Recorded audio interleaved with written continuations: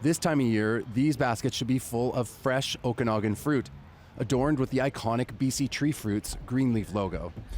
But look a little closer, and the sticker is nowhere to be found. For almost 90 years, the grower-owned cooperative has been the backbone of BC's orchard industry. But after a winter cold snap wiped out 90% of this year's stone fruit crops, the co-op abruptly closed last week. In a statement, the company says, due to extremely low estimated fruit volumes, weather effects, and difficult market and financial conditions, the cooperative will not be able to effectively operate the business going forward.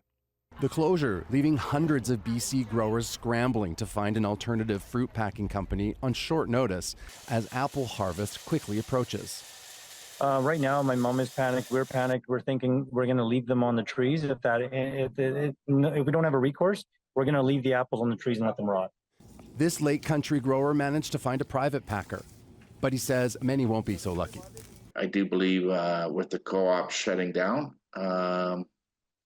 that some of the lower end fruit will not find a home and will need to come out of the ground. So like farmers going out of business.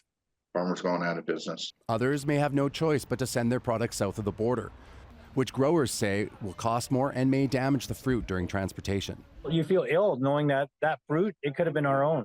And this is hardworking. These are hardworking Canadians who are buying the fruit, and hardworking Canadians deserve to have local fruit.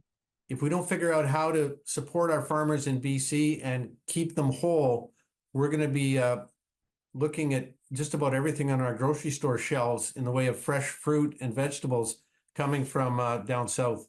In a statement, the BC Minister of Agriculture and Food said, "We understand this decision by the BC Tree Fruit Cooperative will cause added stress and uncertainty. Ministry staff have been consulting with BC's tree fruit sector to understand the impacts."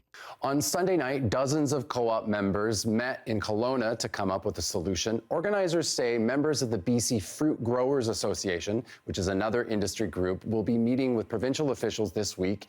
They plan to lobby Victoria to intervene to keep the co-op afloat. Rob Easton, CBC News, Vancouver.